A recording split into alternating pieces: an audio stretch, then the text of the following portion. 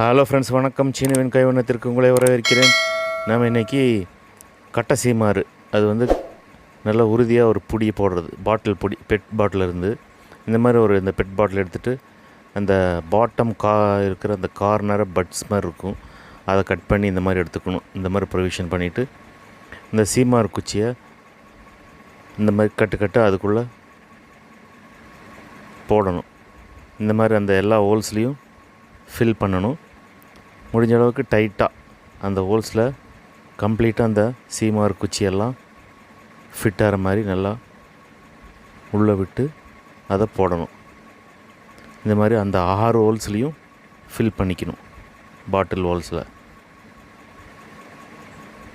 இந்த சீமாறு குச்சியை கொஞ்சம் கொஞ்சமாக எடுத்து கீழே தட்டிட்டு அப்படி இந்த பாட்டில் இந்த துளையில் உள்ளே போடணும்.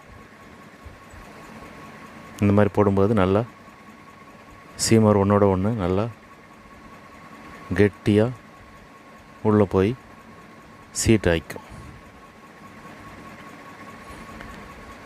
எல்லா ஹோல்ஸும் இப்போ ஃபில் ஆகிடுச்சு. இப்போ பார்த்திங்களா, இந்த ஹோல்ஸ் கம்ப்ளீட்டாக இந்த இருக்கிற சீமார் குச்சி கம்ப்ளீட்டாக உள்ளே போட்டாச்சு.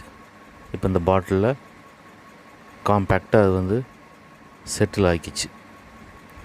இதுக்கப்புறம் இந்த பாட்டிலை வந்து நல்லா கீழே போட்டு தட்டணும். தட்டினா அந்த மொனபாகம்லாம் அடுக்கி போயிடும். இப்போ வந்து இந்த பாட்டிலை வந்து ஹீட் பண்ணணும். இந்த மாதிரி ஒரு பர்னரில் இந்த பாட்டிலை வந்து சுற்றி ஹீட் பண்ணணும். அந்த முனையில் அப்புறம் அந்த கீழே ஹோல்ஸ் போட்ட இடத்துல அது ஹீட் ஆனது இந்த மாதிரி துணியில் போட்டு அப்படியே அமுத்தி விட்றலாம். அந்த பாட்டில் வந்து அப்படியே அந்த குச்சியை அமுக்கி பிடிச்சிக்கும். இந்த மாதிரி ஹீட் பண்ணிவிட்டு ஒரு துணி எடுத்து அப்படியே ப்ரெஸ் பண்ணி விட்டுட்டா போதும். அந்த குச்சியெல்லாம் அப்படியே நல்லா காம்பேக்டாக அந்த பாட்டிலுக்குள்ளே செட்டில் ஆகிக்கும்.